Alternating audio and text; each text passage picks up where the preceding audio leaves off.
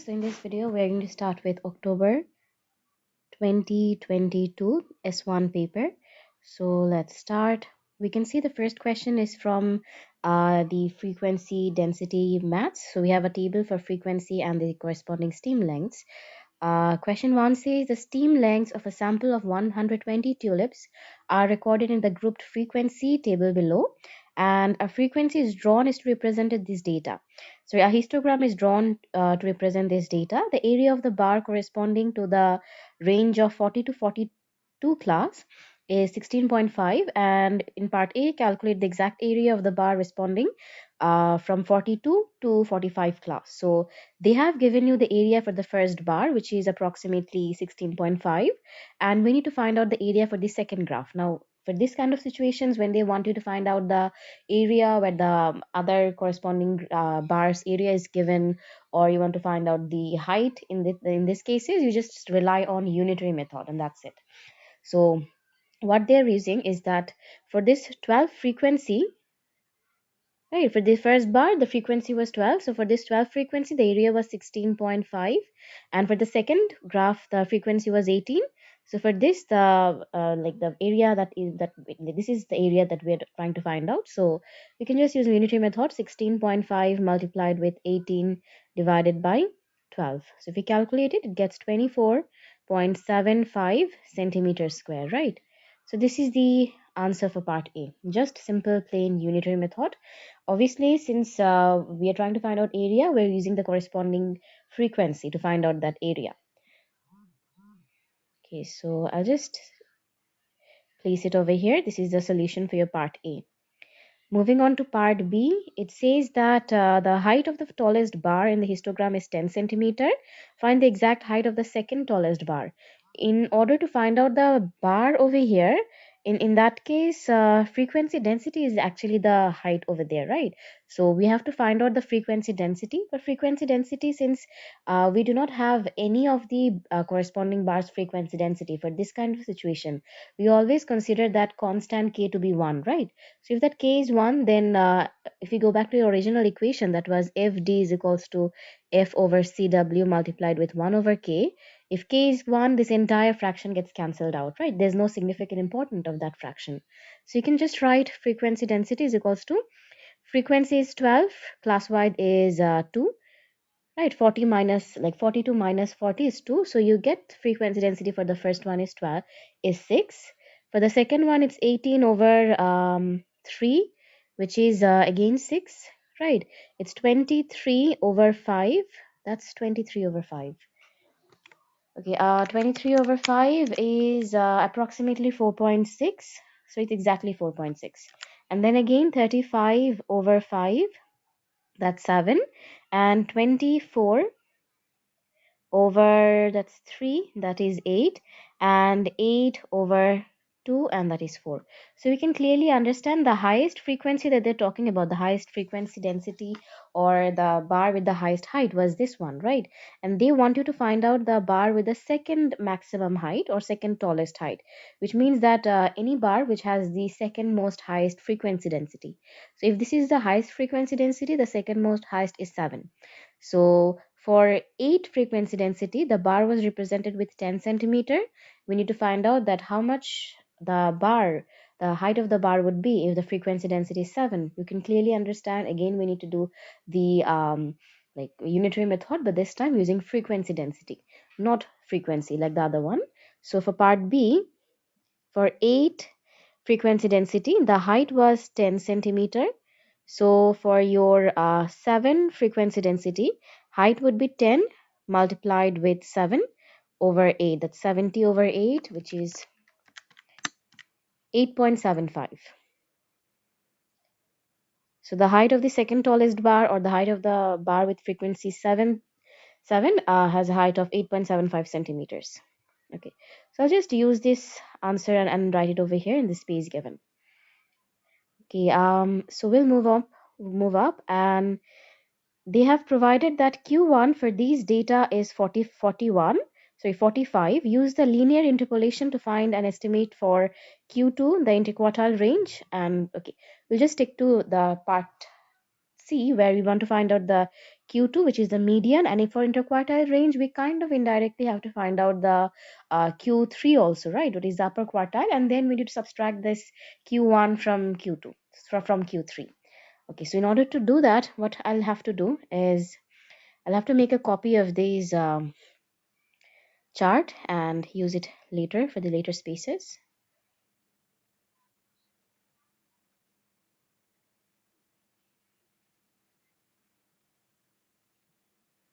So I'll just move to a different page.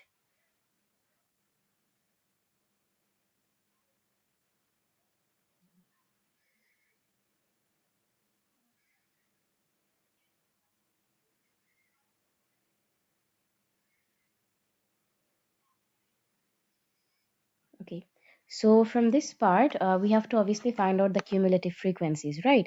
That is, for this one, the cumulative frequency is 12. For this one, it's going to be 12 plus 18, that is 30.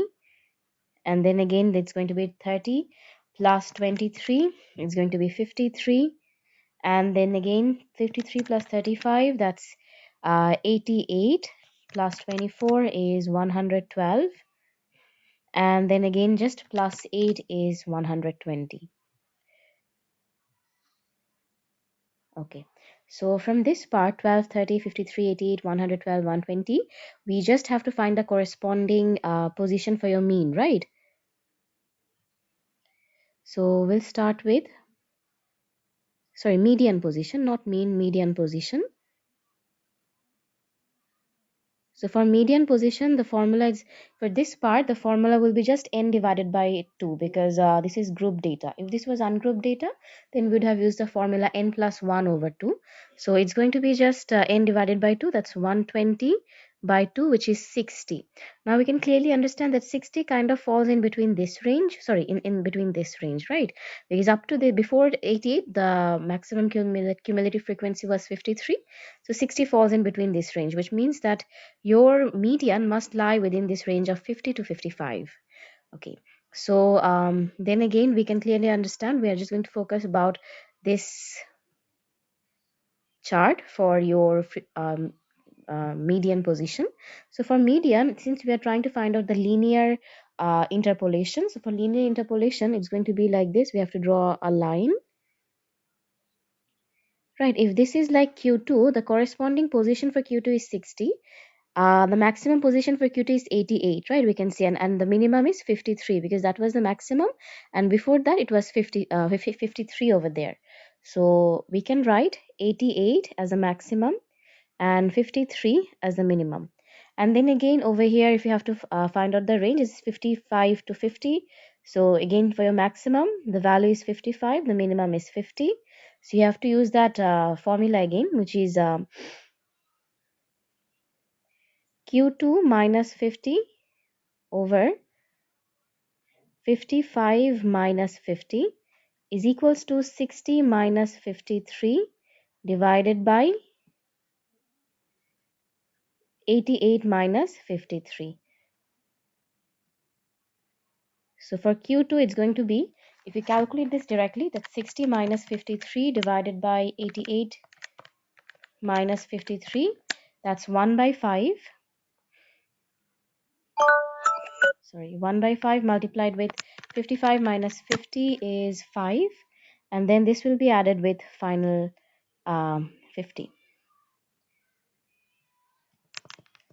Wait, maybe 50 minus 53, 88 minus 53. That's 1 by 5 multiplied with 55 minus 50 added with 50. Yeah, so you get 51 as the final answer. So for your part C1, this is a solution for your part C1. Median is actually 51.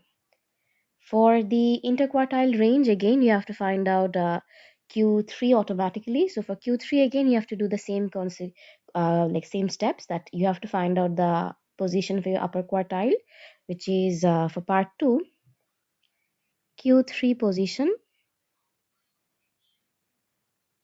That's going to be like 3n by 4, which is 3 120 by 4. that is 90. Okay, so now for this again, for this Q3 position, 90 you can understand comes in between this range, right? This is the range for your Q3, must lie in between this table, in this section. So again, you can do the same linear interpolation. So for linear interpolation, again, draw a straight line. In the middle, you write Q3, right? The corresponding position that you got is 90. The maximum that you can get is 112 and the minimum that you can get is 88. From the range, the maximum is 58 and the minimum is 55. So again, you can make the similar kind of equation. Q3 minus 55 over 58 minus 55 is equals to 112. Sorry, it's going to be 90 minus 88 divided by 112 minus 88. Then again, 90 minus 88 divided by 112 minus 88, this thing multiplied with 58 minus 55 and then added with 55. Okay, so you finally get 55.25 as your final Q3. So Q3 is 55.25. Now your main intention was not to find out Q3, your main intention was to find out interquartile range. So you can now write interquartile range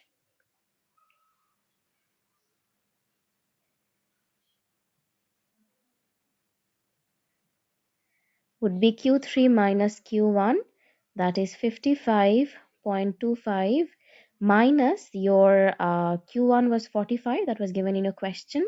So you just have to subtract this, which is 10.25. So your interquartile range is 10.25, right? So this was it for your question number C2. We'll move on to your question D, I think. That is the last question.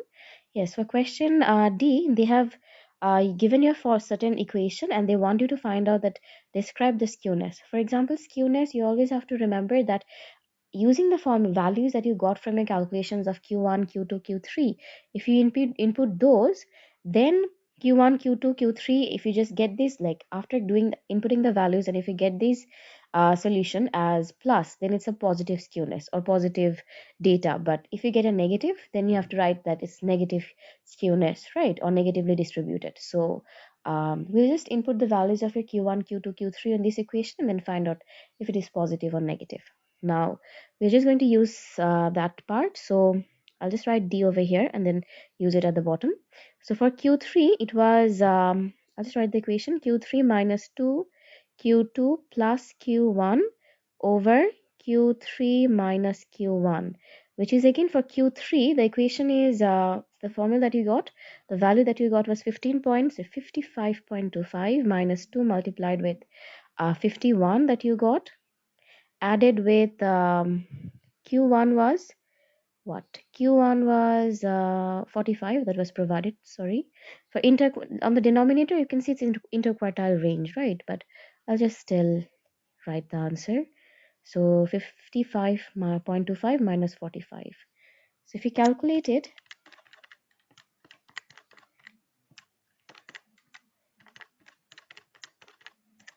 you get 7 over 41 or a continuous value, but that's a negative value, right? So I'll just write that negative 7 over 41. For negative value, we know it's like what, negative skewness, right?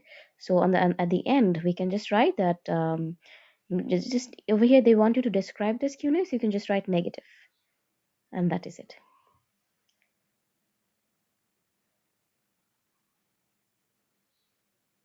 Right, so this was the value of your, like, working of your question 1 entirely.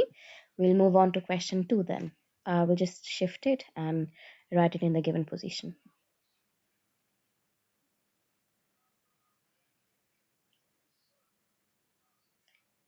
Okay, so I'll just scroll down for the one last time. This is 1AB. This was your working for question C1, where we calculated median, and then for C2 where we calculated the interquartile range, at first calculating the upper quartile and then finally the skewness of this data using the formula that they provided. So we'll move on to your question 2. Okay, Now this is about normal distributions. So no, this is not about normal distribution. Wait, over here, let's read the question first. The production cost of C in millions of a film and the total ticket sale T in millions earned by the film are recorded by a sample of 40 films. That means over here the value for your N is 40, right? And then again some summary statistics are given below. Sum of C, sum of T, like sum of the production cost, sum of the ticket sales, and then ticket sales square, and then cost and ticket sale, and then SCC is provided, which is basically the standard deviation in terms of, so not standard deviation, this is the variance of the production cost. Now they want you to find the exact value of STT, which is the variance of your total ticket sale, and SCT, that is the variance of the combination, like the product of costing and ticket selling. Okay, so we can obviously calculate this very quickly using the data that they have provided. So I'll just use this. Okay, so for question part A, we want to find STT and SCT, right? So for STT, if I use the formula, part A, STT, the formula is sum of T square minus sum of T over N whole square, which is basically the mean, right? So for ST square, this is this one, 82,873 minus ST is 1634 divided by the value for N was 40. It was already given in the question. If I go back, this was the N, right? The value number of films in this part. This should be in a square. So if you calculate this, 82873 minus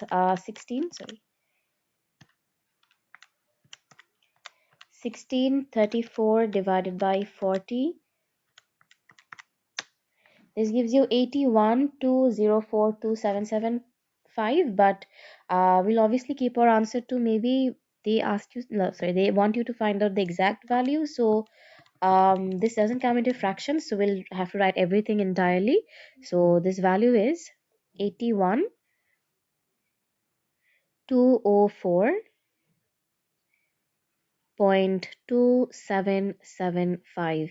They want to give they want to find out the exact value, so we are doing the exact value over there.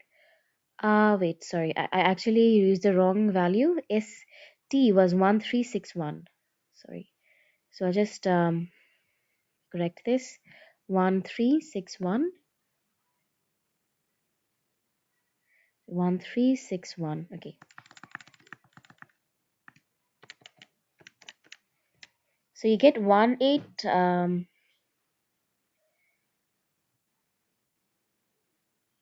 Wait. Sorry for the mistakes. The square is supposed to be on just on top of that 1361. So this entire fraction will look different. It will be 1361 with a square divided by 40.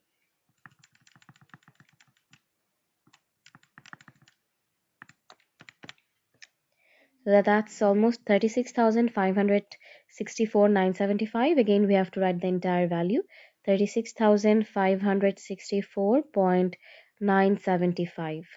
Okay, and then again, if you move on to part for part 1, we have to also calculate SCT.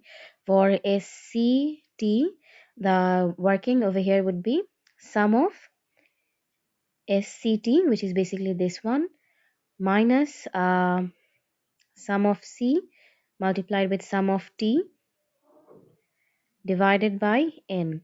So in this case again, sum of CT is 83634 minus sum of C is 1634 and 1361. So it's going to be 1634 multiplied with 1361, and this entire thing will be divided by 40. So this is 83634 minus 1634 multiplied with 1361 divided by 40. So if you calculate it, you get almost 28,037.15. Again, we have to keep our answer to exact value. So 28,037.15. So this is the value for your CT and STT. Okay. So yeah, that is it for your question one. We'll move on to part B. They want you to calculate the value of the product moment correlation coefficient for this data. Again, for product moment uh, correlation coefficient, there's a formula that is provided to you. So for product moment correlation coefficient, R is equals to SCC. Sorry, it's actually the formula actually is this one, R SXY over SXX is y everything under a root, right? So in our case, x is c and y is t, so you'll have sct over SCC STT under a root. So we already got the calculated value for all these things. If I have to move up a little, SCC was 28732.1 and SCT is also provided. So just write input those data over here. SCT is 28037.15. This was divided with this will be divided with SCC, which is that 28731.1. So 28732.1 multiplied with STT. STT is again that you calculated 36564.975. So it's going to be 36564.975. And obviously the denominator was under the root, so we'll just take a root over there. Okay, so now if you calculate it, it's going to be 28037.5 divided by root. Inside that root, you have to input that 287321.1 multiplied with, so it's 28732.1 multiplied with 36564.975. So if you calculate it, you get 0.865013. I'm not sure if this was to be kept in some significant figures.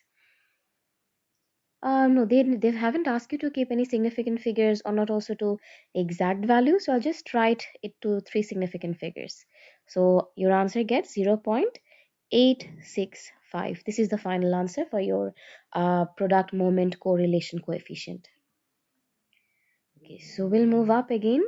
Um, we are done with our part B. Now for part C, they ask that give an interpretation for your answer to part B. Right, now again, since your product moment correlation coefficient is positive, that means you get again a positive skewness, right? For positive skewness, that means the more production cost this film will invest, the higher the total ticket sales will be there, right? So it's just making common sense that if you invest more, you get more out of that business. So now the question obviously have 1 mark, right, as you can see, but only writing strong positive correlation might not also give you the answer, right? Like in mark schemes, you will obviously write strong positive correlation, but you need to explain that in terms of the statement that is related to your answer, right? Like for this question, they're talking about cost and tickets. In the next question, maybe they could talk about wages and sales, right? So every time if it is positive correlation or negative correlation, you obviously have to explain that answer using the terms provided in your question. So we will write positive correlation, but using the statements or words taken from your question, that is higher the production cost, higher the ticket sales, right? So we can just write for part C, there's nothing more to explain. We can just write, since R is 0.865, therefore higher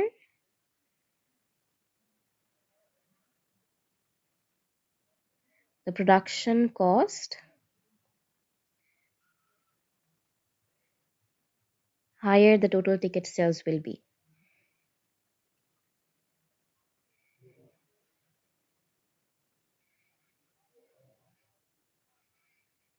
Okay. So this is it for question C.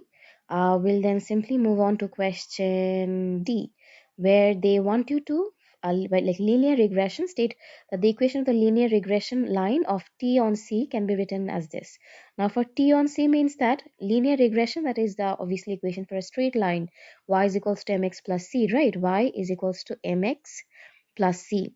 Now they will always give you the idea that which quantity is to be represented as y and which has to be represented as c. As they've stated, t on c, it is always y on x. So in that case, t is your y and c is your x-axis coefficient, like coordinates, right? So t is y, c is x. In that case, you need to, like, do your calculation and then prove it that the linear regression line for this particular situation can be written as this one. Okay, so 5.84, 0.96c. Okay, for part B, linear regression,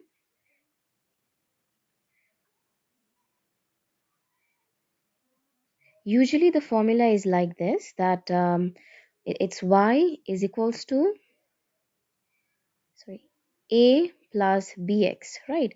In our case, it's going to be t is equals to a plus bc, right? Because our y is t, x is c.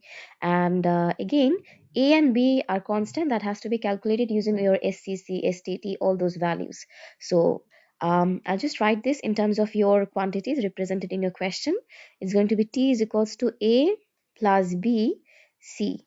Now again, the formula for to calculate a is actually SCT over SCC. So A is actually, so not A, it's B is actually SCT divided by SCC. This is the formula for B. And again, you have to calculate A, which is basically the formula of mean of Y minus, from B, if you calculate that, minus mean of X. So if you first find out B first, SCT was, if I move a little up, SCT was 28031.37.15. So SCT is 28037.15, and SCC is actually, this was provided in your question. It was 28731.1, right? 73217 okay. It's 28732.1. So if you calculate it, you'll get the value of your B, which is 28037.15 divided by 28732.1. So if you calculate it, that's what you all get, 0.97581, almost 3. And if you literally go up to the space over there, you can see this is 0.976 up to 3 significant figures. So we'll also write to 3 significant figures, 0.976, right? So our value for part B is calculated. Now for part A, if you have to calculate that, the value for A, that can be calculated again using the mean of y and the mean of x. For the mean of y, that is basically sum of t over n, right? So over here, it's going to be sum of t over n minus b 0.976 multiplied with sum of c over n. For our maths, x is considered as c. Sum of t was, again, if I have to move up a little, sum of t was 1361 and sum of c was 1634. Okay, so it's going to be 1 3, sorry, if I have to move a little again, 1361, this is going to be 1361 over n was 40 minus 0.976 multiplied with sum of t was 1634 multiplied with 40. Right, so if you calculate this, you'll get the value of your A, which is 1361 over 40 minus 0.976 multiplied with 1634 divided by 40. So if you calculate it, you do get minus 5.8446, but your question we used everything to like 3 significant figures. So we'll also keep it to 3 significant figures, which is minus 5.84. In that case, for question D, right? The linear regression line was in the form of t is equals to a plus bc, right? So t is t, a is minus 5.84 plus 0.976 c. So if I zoom out, this is the final working for your linear regression line. I hope it was clear enough for everyone. We'll move on. Wait.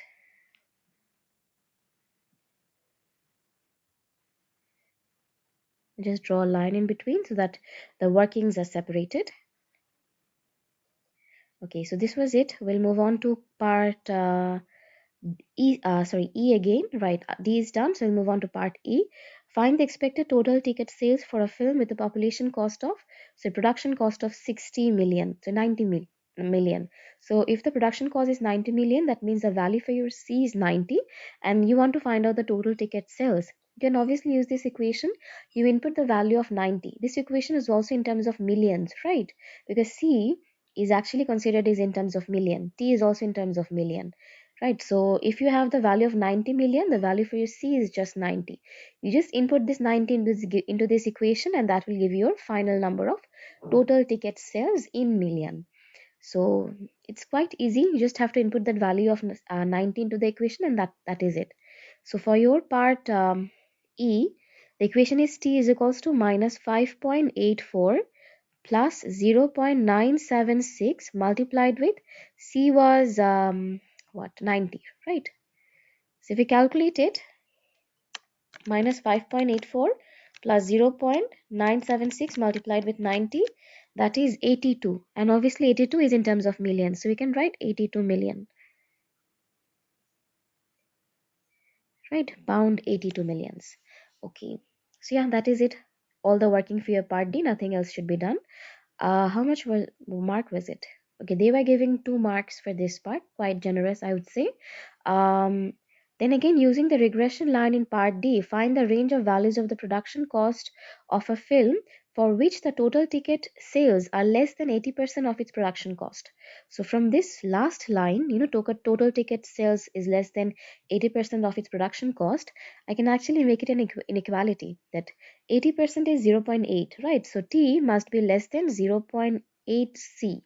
And again, you can use this equation as a value for T. So you can just substitute the first equation for T into the second equation, and that will give you the value, like an equation in terms of C. So you can just solve it and then find the value for C and then use it to actually find it. Like they want you to find a range of values of production cost, right? So a range for the value of C. So again, if I just move down for part F over here, we can write T is less than 0.8 C. This is the second equation. And the first equation was T is equals to minus 5.84 plus 0.976 multiplied with C.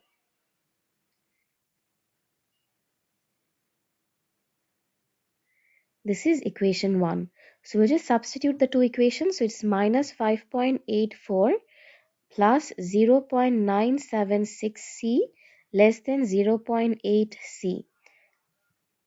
So it's going to be 0.976C minus 0.8C less than 5.84. So it's 0.976 minus 0.8, that is 0.176 less than 5.84. Then C is 5.84 divided by 0.176. So 5.84 divided by 0.176, and then you get your value as C. So this is not equal to, this is less than. So you get your value as C is less than almost 33.18181818. So we can just write 33.2, right, approximately. So 33.2 million obviously over here also, and this should be in pounds. Right. So this is it, the final answer for your question. I think this is, we're still in question 2, right? Yeah, this is the final answer for your question 2, and that's the end. So we'll move on to your question 3. Before that, I'll just do a small recap. We calculated the S TT, like the standard deviation of the total ticket sales, and the standard deviation for the product of costing and ticket sales. And then again in part B, we found the product moment correlation coefficient using just the formula over here, right? We do not need to do anything using the standard deviations. We just include that values and then calculate this product moment correlation coefficient. And using your value of product moment correlation coefficient, we explain the overall relationships of C and T. And then again, we did linear regression again using these formulas, nothing else, nothing new. And finally, we just calculated the value of T where the value for C was given. And finally, we found a range for the production cost using using substitution method for the two equations of time. So now moving on to question 3, which is a question from coding, right? As we can see from the very start of your question paper, x minus b minus 21 by 2, I can clearly understand this is a part of your coding. So Morgan is investigating the body length b centimeters of squirrel. So b is your original data, right? And a random sample of 8 squirrels is taken, and the data for each squirrel is coded using this. That means x is your coded value and b is your original value. So just write it down over here. B is original value and x is your coded value. Okay, so the results of the model, so the results for the coded data are summarized below, and then you have provided with sum of x and sum of x square. We have to find out the mean of b, that is b bar, right? Mean of b is usually represented as a b with a bar. Now there's actually a formula to calculate this. Usually the in order to find out the mean of this original data, the equation is coded data is equals to mean data, like original data, like mean of your original data minus 21. So I think it was plus 21, right? Now so minus 21 over 2, like whatever the value was added or subtracted into your coded data, the formula would be like that. So in order to find the value for your mean, you have to use that equation, sum of x, right? So you can use that and calculate the value of your mean. So x bar is basically sum of x over n. In this equation, they were using 8 squirrels. So for 8 squirrels, value for n will be 8. So that is minus 1.2 over 8, right? It is minus 0.15.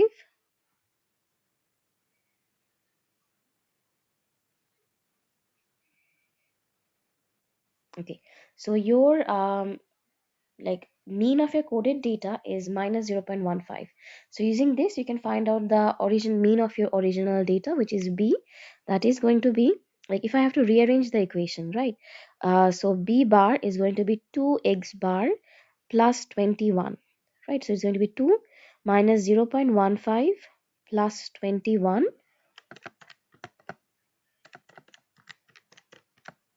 So you get 20.7.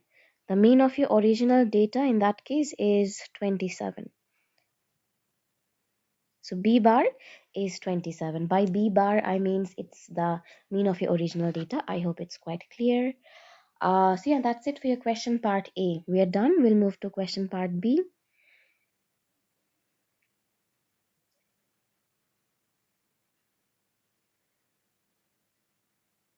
For question part B, they want you to find out the standard deviation of B. Again, standard deviation can also be found out using the standard deviation of your coded data, and then you just change the value, right? Like for standard deviation, the equation is like this.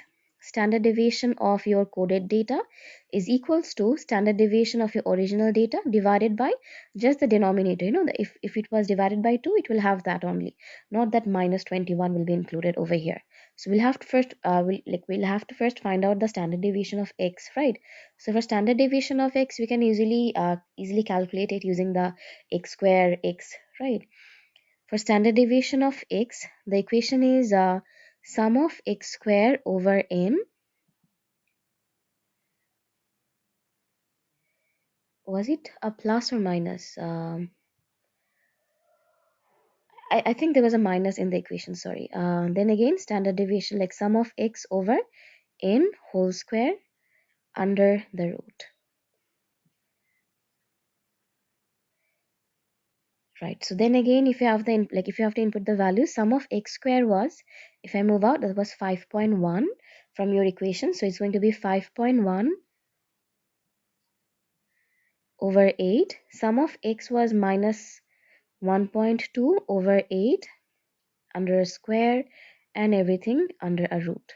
Right, so if you calculate it, then that will give you your standard deviation of your coded data. So that's 5.1 over 8 minus minus 1.2 over 8 square. So you finally get your standard deviation of your coded data as 0.78, quite a big value. So yeah, we'll just keep our answer to be like, three significant figures. Or sorry, no, this is not like the final stage of your answer, so I'll keep my answer as 5 decimal places, so that just to be more accurate in my final answer. So I'll just use 0.7842. Okay, this is up to 5 decimal places because this was not your final answer. So in order to make the standard deviation of your original data, you have to just rearrange the equation. So standard deviation of your original data will be twice the standard deviation of your coded data. That is 2 multiplied with 0.78422. So you just multiply 2 with it and you end up with 1.568437, a long value again. But then now this, as this is your final value, we'll just keep our answer to three significant figures, which is 1.57, right? So this is the standard deviation of your original data. Okay, so this was your solution for your question B. I hope it was clear enough. Now moving on to question C. Now before C, they have a statement over there.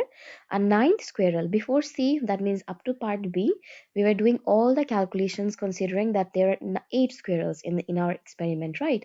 But now in our data, we are using 9 squirrels is added to the sample. And given that for all 9 squirrels, the sum of x is now 0. If you scroll up a little bit, for the 8 squirrels, the sum was only 1.2, right? Negative 1.2. And now for the 9 squirrels, the sum is 0, right? And then again, the body length of the ninth squirrel is unknown. The body length means that the original value of the data has to be calculated. B has to be calculated. Now you need to calculate the value of your B for exactly B9, the body length of your ninth squirrel. Now, we have to first find out the coded value for your ninth squirrel. Like if for ninth squirrel, like sum of x equals to 0 for C1, it was stated that sum of x is equals to 0. That means sum of x means what? All the summation of 9 squirrel was 0, right? That means we can break it down like this, that sum of 8 squirrels plus the 9 squirrel was 0, right? Like if you just add that 9 squirrel with the summation of your all 8 squirrels already, that will give you the total of your 9 squirrels. So sum of 8 squirrel was already 1.2 negative plus sum of just 9 squirrels coded data equals to 0. In that case, you get that sum of like only the ninth squirrels coded data is actually 1.2. That's why you get the sum of 9 squirrels to be 0. So now you have the coded coded data for your ninth squirrel, and then you just use that original formula, which was x9 coded data for the ninth squirrel, body length for the ninth squirrel minus 21 over 2. Now we just make B9 the subject, body length for the ninth squirrel. It's going to be twice coded data for the ninth squirrel plus 21, which is going to be 2. X9 is 1.2, which was provided to your question, plus 21. So that is 1.2 plus 21. So you get 23.4, right? So the body length of your ninth squirrel was 23.4. Now, if they used any kind of unit for this, we have to also input that. No, they did not use any units, so no need to get concerned about the units. Now we need to find out the standard deviation for all x for all the like 9 squirrels now. Okay, for all the 9 squirrels, we already know that sum of x is now 0, so we have to find out sum of x square.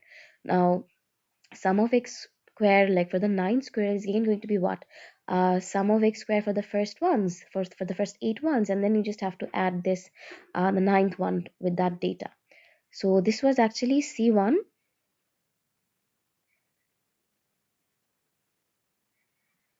For C2, we'll find out that sum of x, sorry, 9 square is actually going to be sum of x8 square plus just x9 square, right? That was 5.1 already given in a question.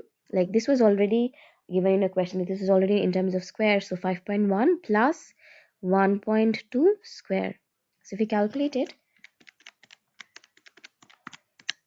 you get 6.54. Okay, so in that case, sum of x9 is 6.54. So using the standard deviation of, in a question, if you move up a little, they are specifically want you to find out the standard deviation for that coded data, not the original data. So no need to do the other calculation. You just need to find the value of your x9, standard deviation of 9. So standard deviation of x9, that's going to be sum of x9 square over n minus sum of x9 over n whole square. Now this everything, like this was must 0, right? That means entire this part is going to be 0. So we'll just write it down over there and then write 0 in the next step. Sum of x9 was 6.54 divided by, this was already a square, so no need to square it again. 6.54 over 40 minus 0, everything under a root.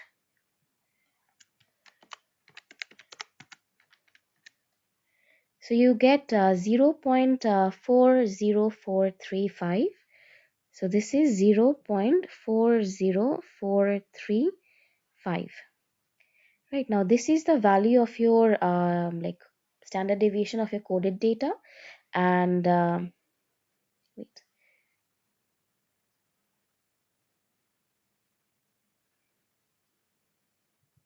Sorry, I mistakenly wrote 90 over there. It was 9, right? We had 8 squirrels and then we added 1. We wrote, so the n will be 9 over here. From the previous question, I was still thinking about that film 1, question 2. So I made a mistake. Sorry for that. So you get 0.852447. So you can just approximately write 0.852.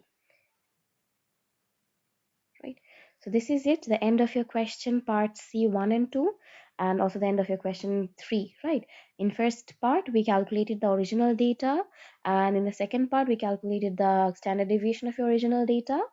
In C1 we calculated your the body length of your original body length of your ninth squirrel, and then again we found out the coded standard deviation for your all 9 squirrels.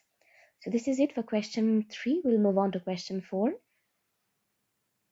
Okay, question 4 is about cumulative distribution, and in this case, the function they have provided, and they wanted to find out the mean of this data, mean of the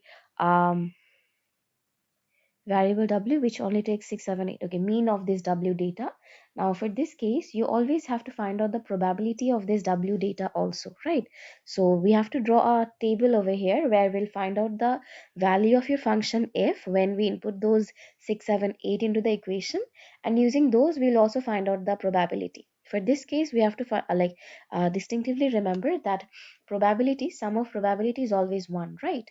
So we'll just draw a plot, draw a chart over here at the very start.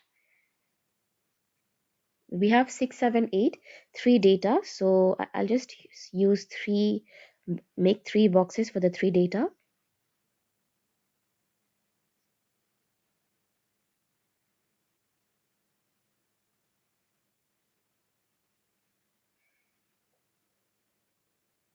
Okay, that's enough. So I'll write, oh wait, another line has to be drawn.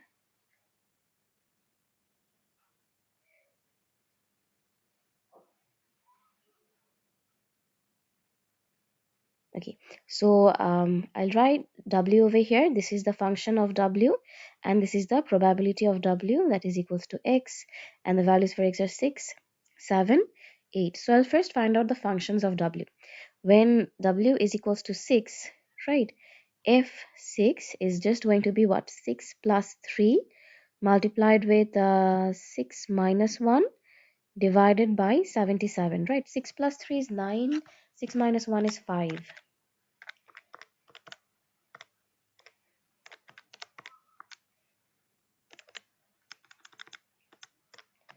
So we calculated, you get 45 over 77. For the probability, what we're supposed to do, we're not supposed to find out the probability like this.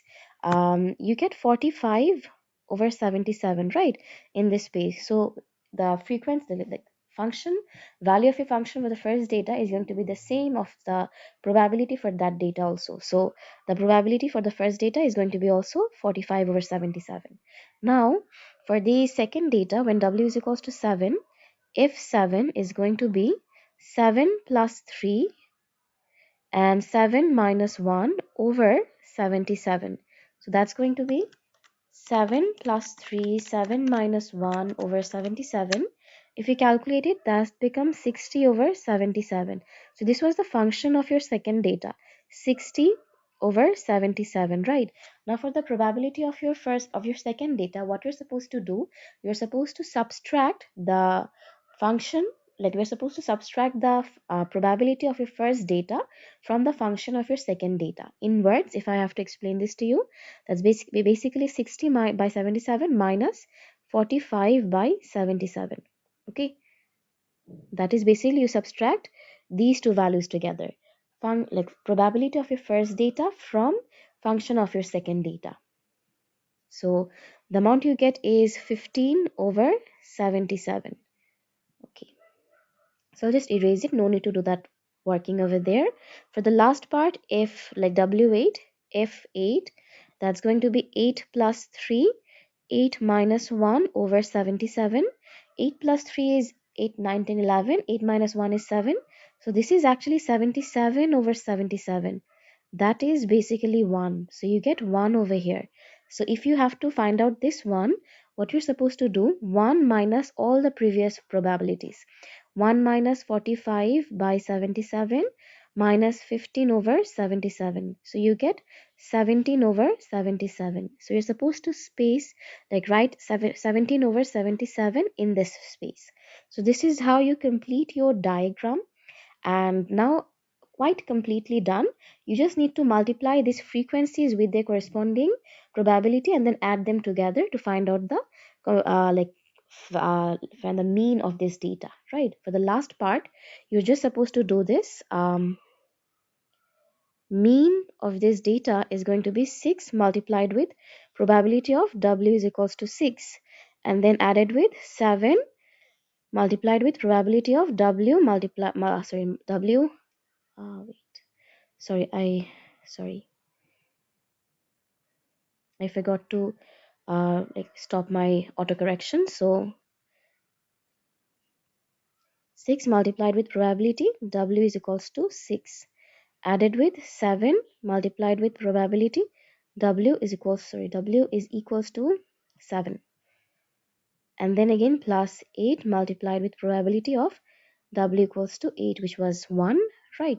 So you can just write 6 multiplied with 45 over 77 plus 7 multiplied with 15 over 77 plus 8 multiplied with 17 over 77. Obviously include brackets over here across each fraction so that you get your correct answer correctly. If you calculate this,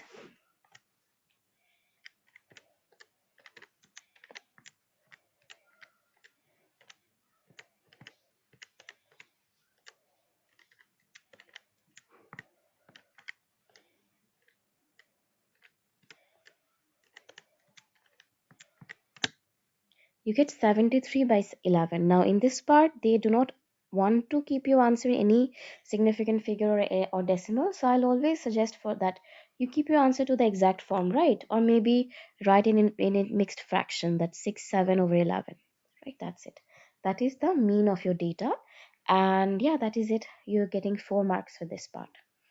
Right, so we are done with this question 4. I hope it was clear enough for everyone. We'll move on to question 5.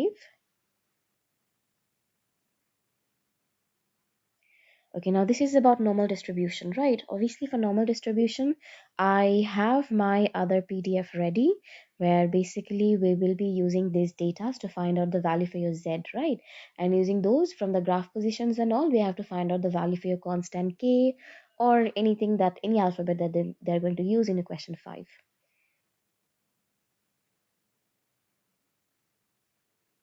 Okay, so for question 5, if you read this question from the very start, the weight W grams of kiwi fruit grown on a farm are normally distributed with mean 80 grams and standard deviation 8 grams.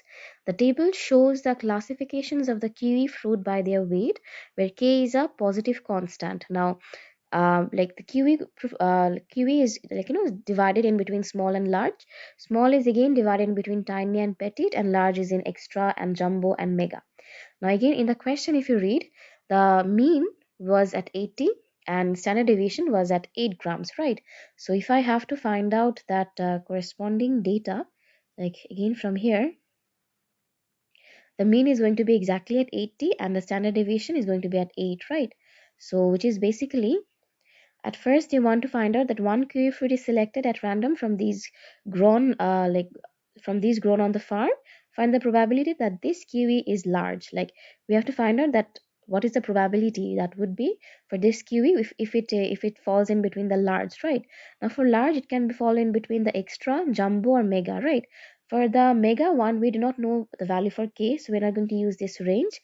For this one, we know that you, in order to fall in between your large criteria, the weight must be greater than 70 grams, right? So we can write that for part A, probability weight must be greater than equals to 70 grams. We need to decode this and find the value of Z for this corresponding 70 gram. So for this case, Z will be 70. The equation, in order to find out the value for your Z, it's always the same. Data, whatever the data you're using, you subtract the like mean from that data and divide it by standard deviation. Mean was 80 and standard deviation was 8, right? So that's like 10 over 8, right? 70 minus 80 over 8, right? So that's negative 1.25. Okay, so the probability that your weight must be greater than your 70 gram is negative 1.25 for positive correlation, like sorry, for normal like normal distribution. If I have to draw a graph again, right, this is the position, this is a line for your mean.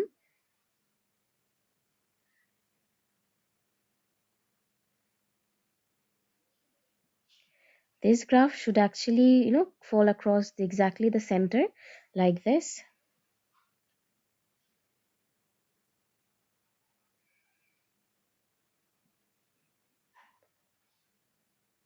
Okay, yeah, like this. Now in this space they have given you that this is the mean 80, right? I'll just write mean 80. Okay, now you have got your value as negative 1.25, right? So negative 1.25 certainly will fall along these lines, right? Negative 1.25. Now this again, if it is negative 1.25 and this was normally distributed, then again we'll have a line on this part also, right? This is also going to be 1.25 because for normal distribution, everything on this side is equal to this side. Okay, in that case, we can write another equation that P weight greater than equals to your, not exactly weight. Now we'll write that in order to find out that what is the probability that your QE is going to be large, has to be greater than 1.25, negative 1.25, or it has to be like less than positive 1.25, right? We always try to connect these data with mean. That's why if you have to move to the towards the mean from this position, it has to be greater than this, right? If you have to move towards the mean from this position, it has to be less than the data. So the equation is basically Z greater than equals to minus 1.25, and this is equals to mean probability of Z less than equals to 1.25, right? Now, as you have found the value for your Z, which is 1.25, you go back to your standard deviation, normal distribution table. From this normal distribution table, your value for Z was 1.25, right? So 1.25 is 1.2. This is the line for 1.2, and 1.25, which is basically 0.05. This is the line for 0.05. As you can see, this is your corresponding data, right? Which is 0.8944. So the value for your Z now is 0.8944. You got that from your graph, from your table of normal distribution. So now you got that the value for your Z is 0.8944, right? If I move up a little bit, you are supposed to, no, nothing. Find the probability that this QE is large, right?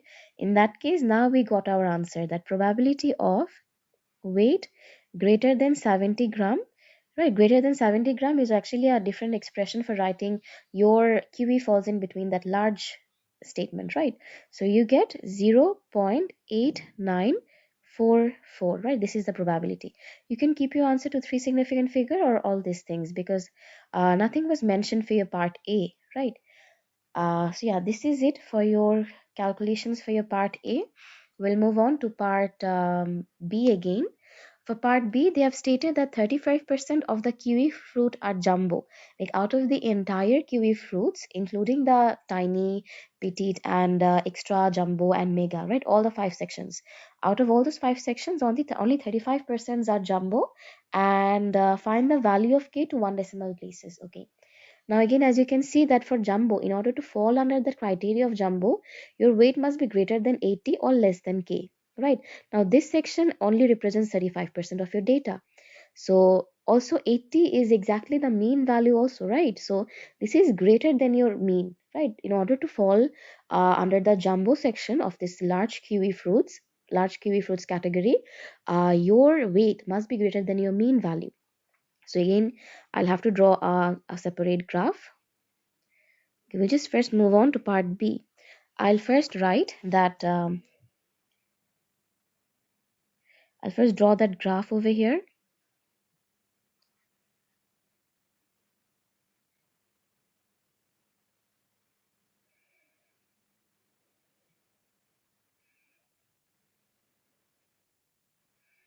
I'll just erase these lines. Every time it will be changed, right? Now you're working with from 80 to K. Now, obviously, in order to be under that jumbo section, your weight must be greater than K, sorry, greater than 80 and less than K. So greater than 80 should obviously be lie in this section, right? This is greater than 80. And also they were, we can clearly understand this section. If I just, highlight this part, this section is exactly like 50% of the data, right? Because this was normally distributed. That means before mean, that was 50%, and after mean, that was 50%. And again, out of this 50%, this range, this was actually the range for your jumbo, right? From 80 to K, this was the range of your jumbo. This only represents 35% of your kiwi, which is like 0.25, so 0.35, right? If this entire is 50%, and out of this section is only 35%, so this leftover person will be what, like subtract that 35 from that total 50, so you get 0.5 minus 0.35, you get 0.15, right? So you already got the probability that in order to fall, like you, I mean, in part B, if you go back, then we're not actually concerned about that value for like jumbo fruits, right? We're just concerned about that the value for K. You have to find that using your jumbo fruit section, right? So that's why we're using that. Now, from this part, we can understand the value for K is actually greater than, like, is actually falling in between this 0.15, where we already have the probability. So we can write it like this, that probability of Z greater than K is actually 0.15, right? We have the probability already. So from this probability, you can find out the data. If you go back here from the probability, if you have to find the data, this is the table that you're supposed to use. For 0.15, you can see that X value is 1.0364. Okay, so in that case, the X value that you got is 1.0364. So in that case, the Z value is 1.0364. But we are not concerned about that Z value. We want to find out the value for your K. How do we find the Z value? They were all coded with the equation Like if you remember this, right, this was your original data. You subtracted mean from that original data and divided it with standard deviation, and these only give you the value for your z, right? So again, if you have to like move backwards and decode this value and find your original value, original data, the equation was like this: z is equals to whatever the original data was, maybe it was a, minus mean divided by your standard deviation. You just make a the subject of this equation, right? That is a is equals to standard deviation with z plus mean. So now over here again, since you already have the value for your z, you can just write z is equals to, the original data was k over here, minus mean was 80 and standard deviation was 8. So you get k is equals to 8 multiplied with 1.0364 plus 80. So if you calculate it, you'll get the value of your k, which is 8, 1.03. So 0364 plus 80, that is 88.2913, which is approximately 88.3 kg. Okay, that is it. That is the end for your question B. I hope it was clear enough for everyone. We'll move on to question C. Now in question C, they have stated that 75% of your tiny kiwi fruit weigh more than y grams. Find the value of y, giving your answer to one decimal places. Okay, now over here again, they have stated that 75% of your kiwi weight more than y grams, like tiny kiwi, right? To fall under your tiny QE, where your weight must be less than 66, right? And then again, 75% of those 66, like weight of those tiny QEs whose weights are already less than 66 are more than like y gram, and we need to find the value of y, again giving an answer in one decimal place. Okay, so again we have to do the same kind of working just like we did for part B. For part C, we're trying to, again, we'll first draw the normal distribution graph.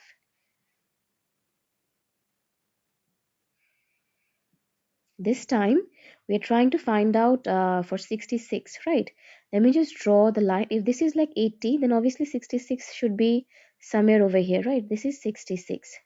And they have already stated that 75% of this, all these, fruits are actually tiny fruits. Okay, 75 of these tiny fruits weigh more than y grams. Okay, so I'll just draw a line over here, and this is y.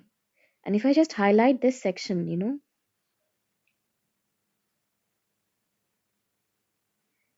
this section is actually representing your 75%. Okay, this one is actually representing your 75%, which is 0.75, and that means your outer section, that is this one, y less than like any weight less than y, is going to be 25% then, right? This is 25% of your data, which is 0.25. That means out of the 100% fruits which were like weighing less than 66, right, all the tiny fruits, we also divided the tiny fruits into two sections. Okay, all the tiny fruits whose weights are like greater than y gram are considered to be 75% of the data, and all the tiny fruits whose weights are like less than y gram are considered to be under this 25% data. Now then again, we have to decode, like find out that z value for 66 gram, right? So which is probability of weight less than 66 grams. That is, the z value for this is going to be again 66 minus the mean over standard deviation, which is 66 minus mean over standard deviation. So if you get it, you get the z value for z as 1.75. Now over here, this is the z value, right? 1.75. If this is 1.75, then again you have to draw a line over here. This is again going to be positive 1.75, right? That's how we draw the standard deviation. We always draw the value for your z on the x-axis. Now from this part, what we can see is that we are only concerned about the value for your y, right? Value for your y to one decimal places. Now for the value for your y, mm,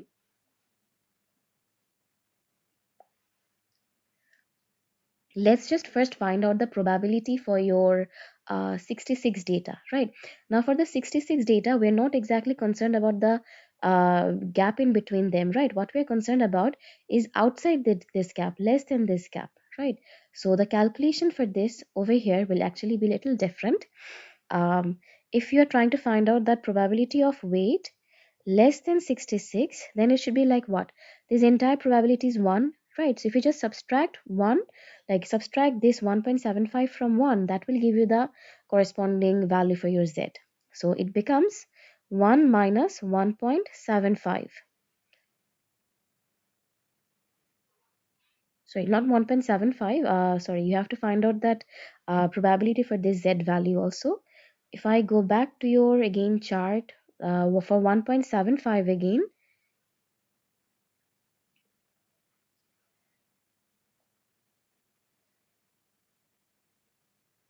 this is wait, sorry.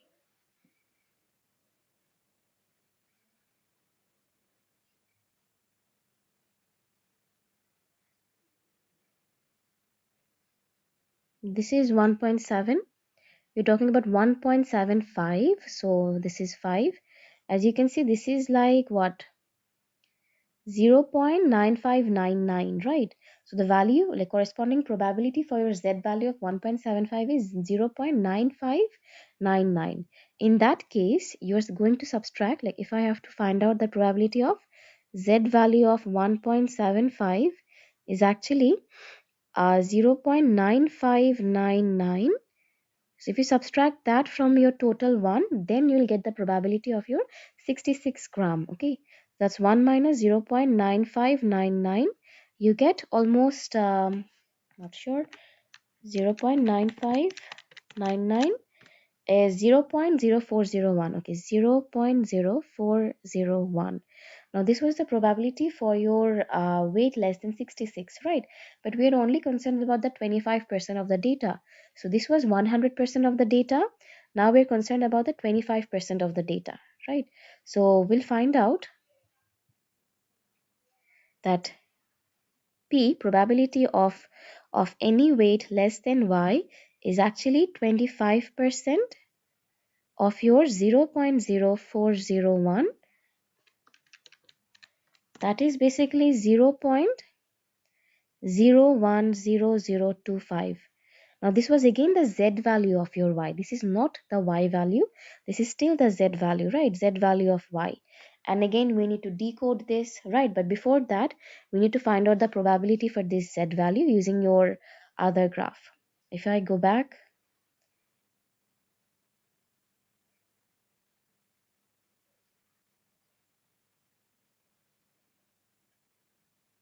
okay, sorry.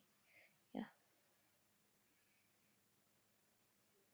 So the value for your Z that you got this time is 0.00100025, which is very close to this one, right?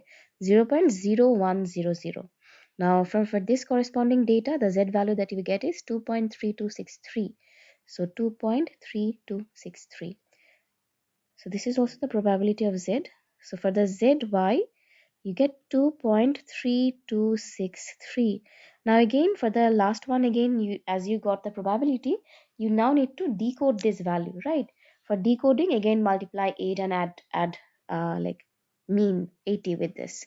So the equation was the value for your y minus mean over 8 equals to 2.3263. You just make y the subject, which is 8 multiplied with 2.3263 added with 8. 80. Sorry. So 8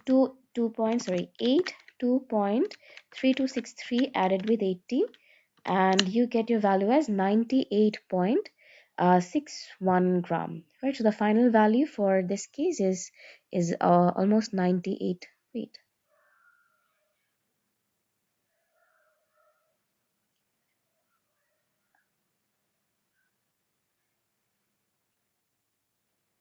wait, sorry, I'm making a mistake maybe. Wait just a minute.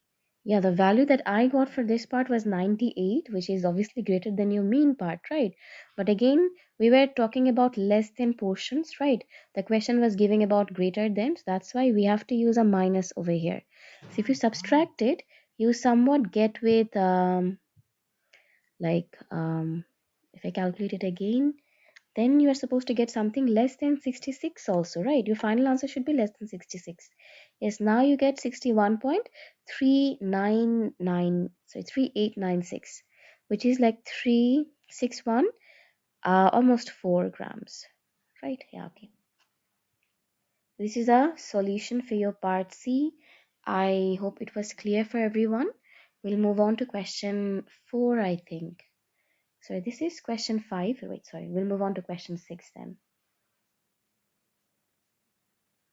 Okay, question 6 is not that much tough, right? Because it's just simple sets. I think for S1 set is the most easiest chapter, right? So for part A, on the Venn diagram, you can see that 4 elements are like 4 sets are there. Set A, set B is a subset of set A. Again, set C and D, those two intersects, but again, set C and D doesn't intersect with A or B, right? And S is actually element of the universal set. Okay. Now, over here, they want to find out that PA, that is probability of elements in A.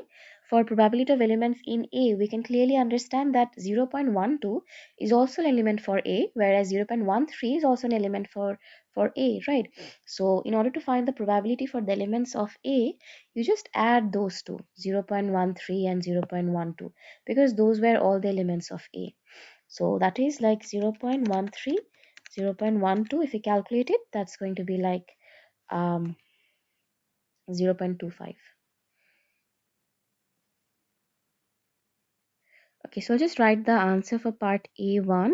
Probability for A is going to be 0.13 plus 0.12, which is 0.25, right? Yeah, that is the working. Now again for part 2, they say it's a probability of A given B. Now for A given B, this means that your set sample, like the entire total set sample is going to be B, and you have to pick one element that is also common in B and A. So the formula over here is actually probability of A intersect B divided by probability of just the elements in B. Now as you can see that A intersect B is going to be 0.12, and the probability of B also is going to be 0.12, right? Because 0.12 is the only element that is in set B, and it is also the only element for the intersection of set A and B. So using this formula, you can just calculate it. That is going to be 0.12 over 0.12. So how much do you get? It's 1, right? So the probability of A given B, these are like conditional probabilities. The final value is 1. So this is the working for part B. I'll write those things, write these things at the later of these pages. This is probability of A given B. Okay. Now again, probability of A given C is that means all the elements that are common, that like common in between A and C, divided by all the elements in C. The problem over here is that A and C never intersect. We cannot see from the Venn diagram that A and C is intersecting, right? So if I have to use the formula, P probability of A intersect C over probability of just C. For the probability of A intersect C, it's 0 over there. And for the denominator, it's going to be what? P plus Q, right? So it's 0 divided by P plus Q, but doesn't matter whatever the value of these alphabets P and Q are. If you're dividing anything with 0, the final answer would be 0. So there is nothing called probability of A given of C. So this was your working for your part 3, A part 3. So I'll just use this. They're going to copy this and then shift it to the down section.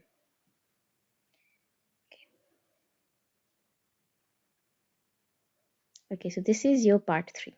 So we are done with our question part A. We will move on to part B.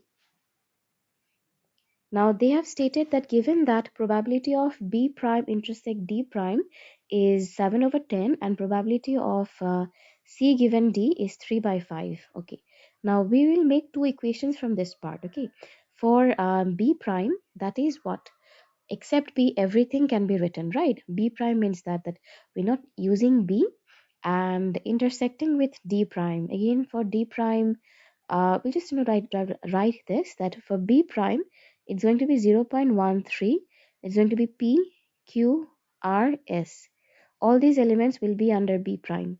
And for D prime, the elements there will be, except for PQ, everything can be there. That is again going to be 0.13, 0.12, and PS, right? Except from Q and R, everything can be there. So in order to find out that B prime intersect D prime, right, you just have to find the similarities in between these two sets that I've written over there. You can see that both the sets have 0.13, both the sets have P, both the sets have Q, sorry, both the sets have S, right? They do not have Q, but they do have S. So you can write B prime intersect D prime is actually 0.13 P and S. Okay. Now they have also provided you with formula that all these elements is actually equal to 0.7. So I'll just use this and write it at the bottom, like over here. It's quite good for the space. So we'll now write that probability of B prime intersect D prime. By probability, we mean that we need to add all the elements together. That is equals to 0.7. So we can now write 0.13 plus P plus S equals to 0.7. Now again for P and S, if you just take that 0.13 to the right hand side, it becomes 0.7 minus 0.13. So you end up with P plus S equals to, you get 0.57, sorry.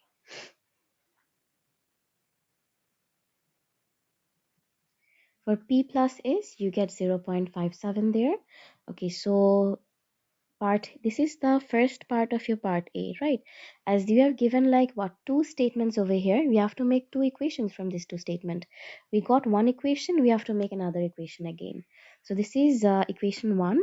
I'll just write it like this. Equation 1. Okay, so then again from this P probability C given D, probability C given D, the formula over here is going to be what? C intersect D over the sample space over here is going to be D, right? So C given D is what? Like the intersection is only Q. We can see from the graph. So it's Q divided by D is P plus, sorry. For D, it's actually Q plus R, right? And this is actually equals to 3 over 5, right? So this is actually equals to 3 over 5. So what we can do is we can just take this and then again move to the down spaces. Okay, I want to do this calculation over here. Now I'll just simplify it. It's going to be like what? 5Q is equals to 3Q plus 3R. If you just take everything to the right hand side, 5 minus 3 is 2Q is equals to 3R, and therefore Q is actually equals to 3 over 2R. Right, now you again get a second expression. But if you move up, in this part they want to find out Q and R, but all the equations that you have got so far, um, they have like all four different quantities, right? In the equation 1, if you see, you have P and S. In the equation 2, you see you have Q and R. They do not have any common alphabet. That means you cannot just take one alphabet common and substitute the other equation into the someone else. But like substitution is not applicable for this part. So what you need to do is you need to make another equation, that is sum of all elements, that the probability of this case will be equals to 1.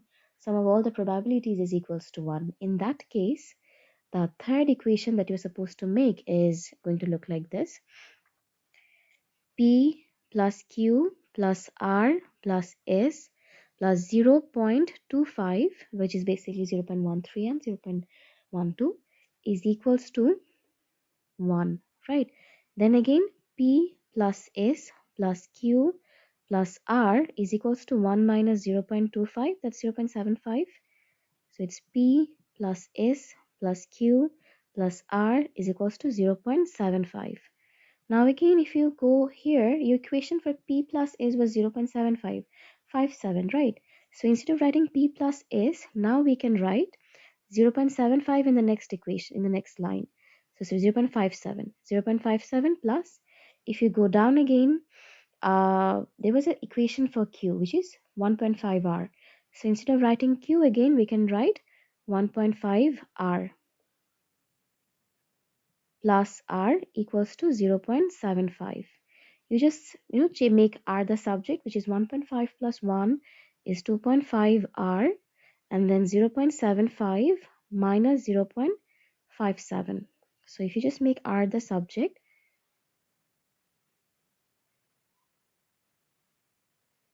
divided by 2.5.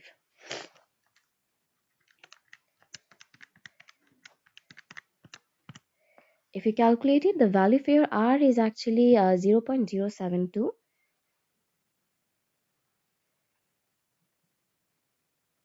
Right, so I'll just use this space again.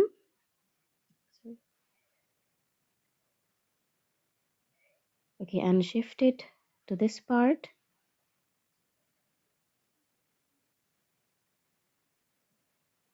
And I'll just write at the very top that sum of probability is 1.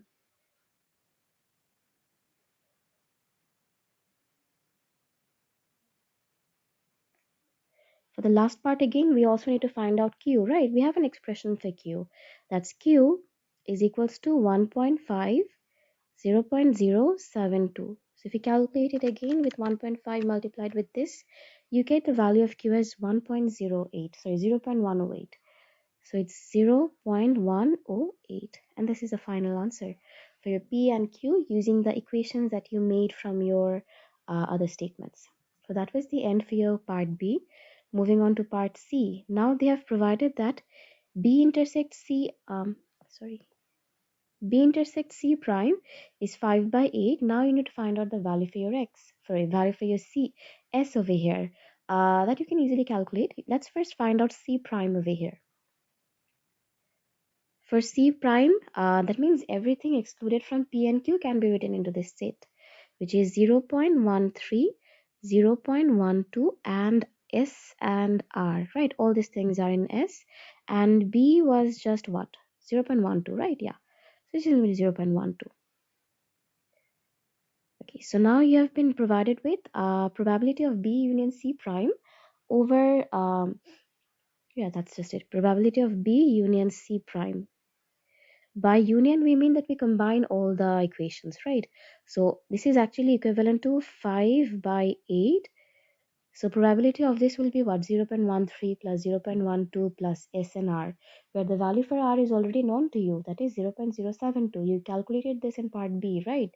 So this is 0.13 plus 0.12 plus S plus R is equals to 5 over 8. So if you just make S the subject of this equation, that's 5 over 8 minus this to summation is 0.25, you already know.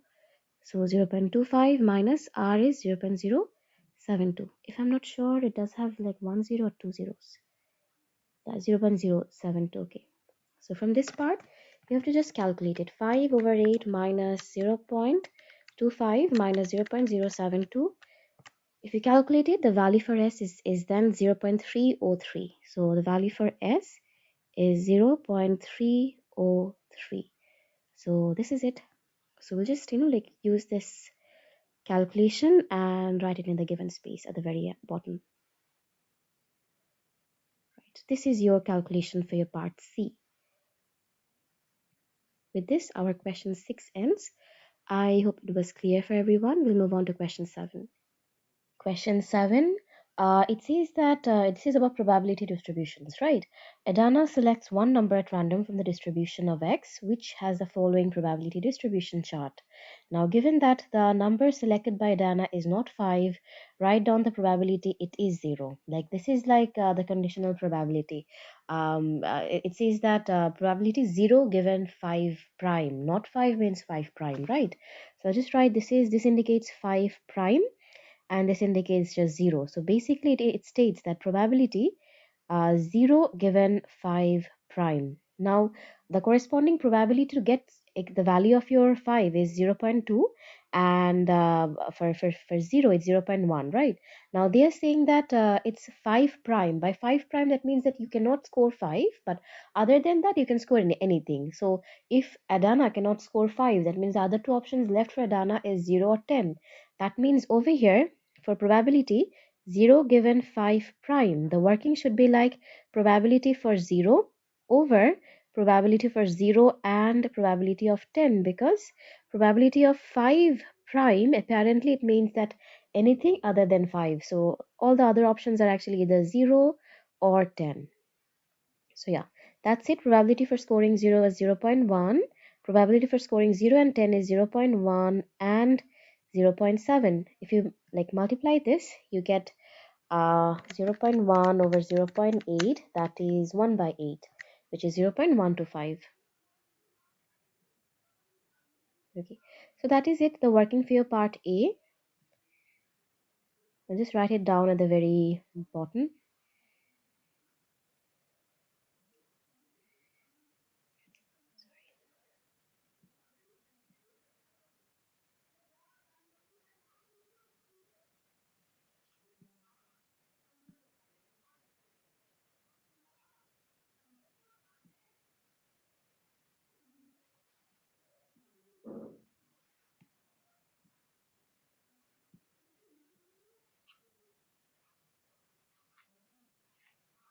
Okay, so this was the working for your part A. Moving on to part B.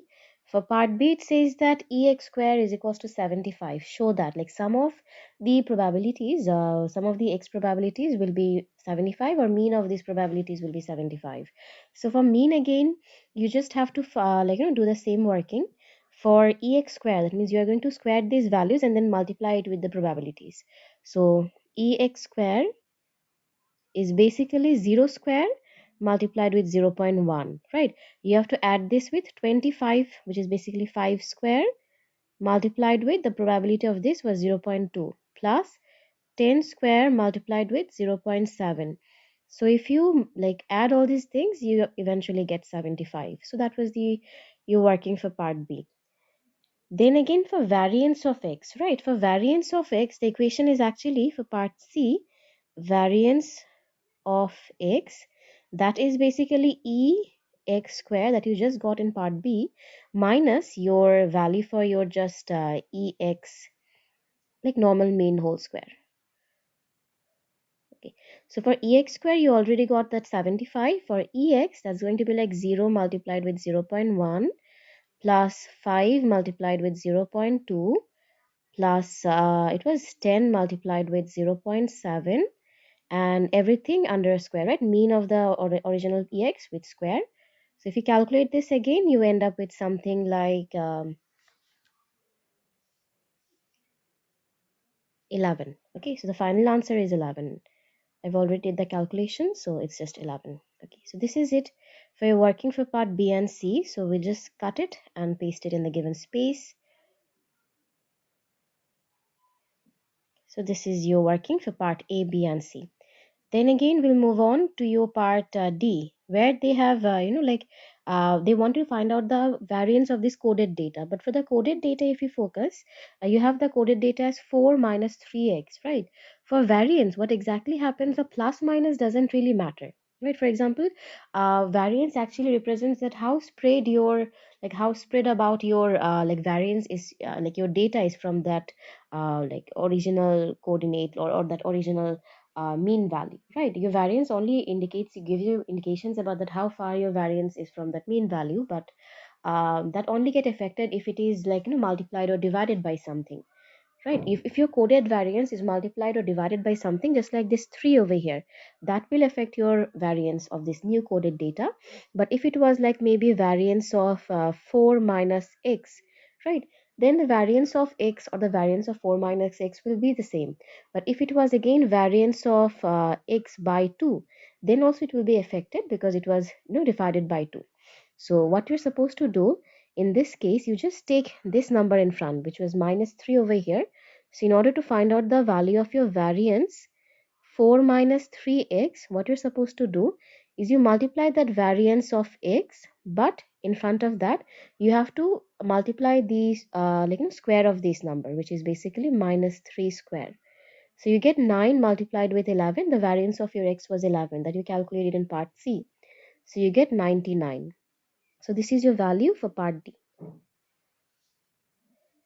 So I hope it was clear. Moving on to part E. For part A, B, C, D, it was quite easy. You just input the formulas and that gives you the overall answers, right?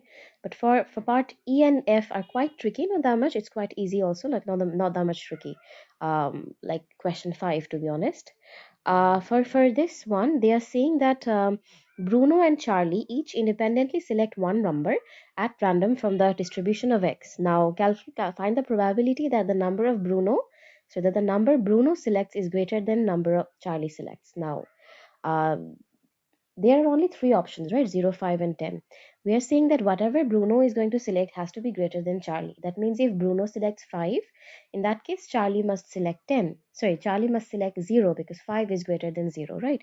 So we'll just, write three combinations that if Bruno selects 5, then Charlie must select 0, right? In that case, Bruno is greater than Charlie. Then again, another combination, it could be that if Bruno selects 10, Charlie can select 0, or if Bruno selects 10, Charlie can also select 5. So depending on this, the probability for choosing 5 was 0.2 and the probability for choosing 0 was 0.1, and then you add it with the probability for choosing 10 was again 0.7. Sorry. The probability of the probability of choosing 10 was again 0.7 multiplied with the probability of choosing 0 was 0.1, and then again finally the probability of choosing 10 was still 0.7 multiplied with 0.2. So if you add all these things together, all the probabilities, you end up with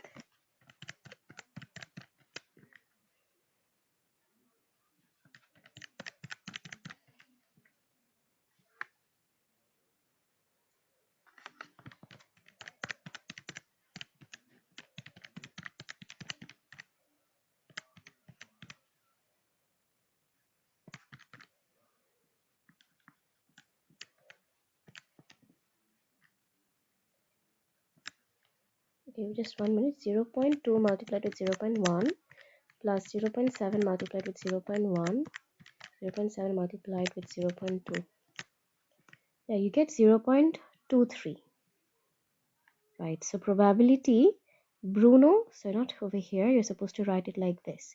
This is the probability. Probability Bruno choosing greater than C is this. All the other things, BC, 50, 10, 50, all those were just the combinations, that what combinations of scores each of the guys can select. So this was your calculation for part E. I hope it was clear enough for everyone. So we just cut it and write it down at the very bottom again. Then again, we'll move on to part F, where it says that now the entire probability distribution will change because Devika will multiply Bruno's number with Charlie's number to obtain a product of D. Now the product is going to be D. Previously it was X, now it's going to be D, and we need to find out the probability distribution for X, for D. Okay, so what we're supposed to do, we're going to draw a similar kind of chart over here. 3, 4, wait.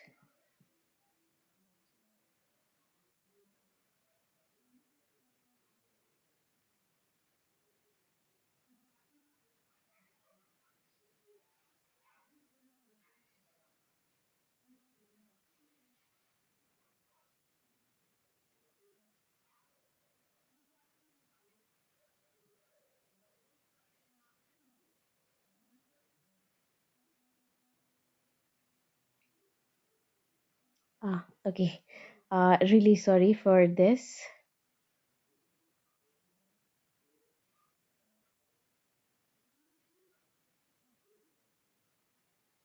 because I should just wait after every line gets adjusted then. Yeah. Okay, so what I'm trying to do is that I'll try to find out every combination that Devika can get, right? It was Devika, right? Yeah, Devika. That means if Bruno, there are combinations like this, I'll just write, both can select 0, right? Bruno can select 0, Charlie can select 5, Bruno can select 5, Charlie can select 0, Bruno can select 10, Charlie can select 0, and then 0, 10, right? These were the combinations with 0. Then Bruno could select 5, Charlie could select 10. There will be no orientation for this. Then again, they could select maybe, I'll just write it from this.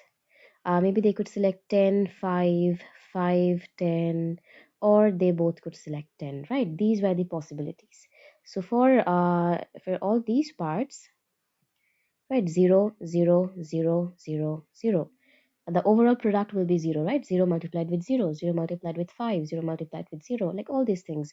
All these grayed highlighted things will eventually give you to be 0. So you get 0 over here. right? And we need to find out the corresponding probability also for this. We'll find out that later. Another probability that is possible over here is this 5 5, right? 5 5, if you multiply 5 with 5 you get 25, so you have another chance of creating 25.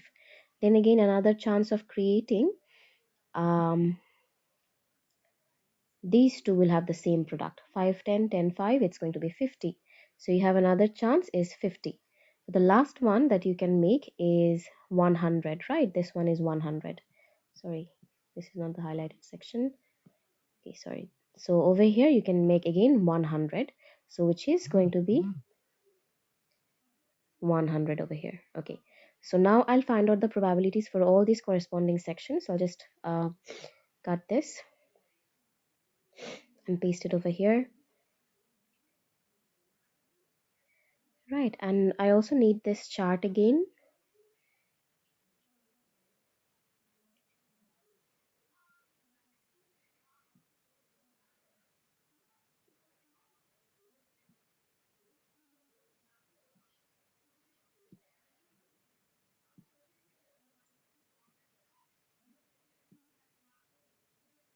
Okay, now for this, 0005, all these things, they have like what, 1 2 3 4 5 combinations. So I'll not just use that. I'll first start with this one. This is quite easy. What is the probability of scoring 5? That was 0.2 from the previous table, right? So over here, it's going to be like probability of scoring 5 is actually 0.2 multiplied with 0.2. So you get 0.2, you get 0.04. Okay, 0.04. Lastly, this one is again easy. You have probability of scoring both 10 of 100, which is 0.7 multiplied with 0.7, that is 0.49. If I'm not wrong, let me just check. Yeah, 0.49. And then again, these two will actually give you the same product. So 5, I'll just write 5 10, and this will be like 5 is 0.2, 10 is 0.7. As this can come in two different orientations, so we'll just multiply 2 over here. So 0,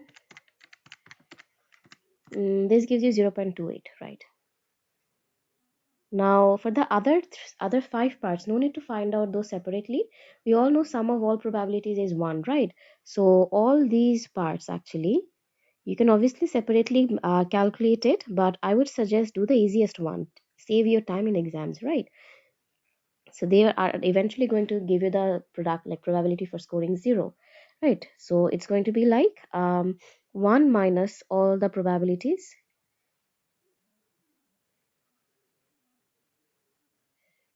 So if you calculate this, you get 0.19. You can also recheck it by doing the product of these, like 0.1 multiplied with 0.1, then 0.1 multiplied with 0.2, then again 0.2 multiplied with 0.1, then again 0.7 multiplied with 0.1, and lastly 0.7 multiplied with 0.1, right?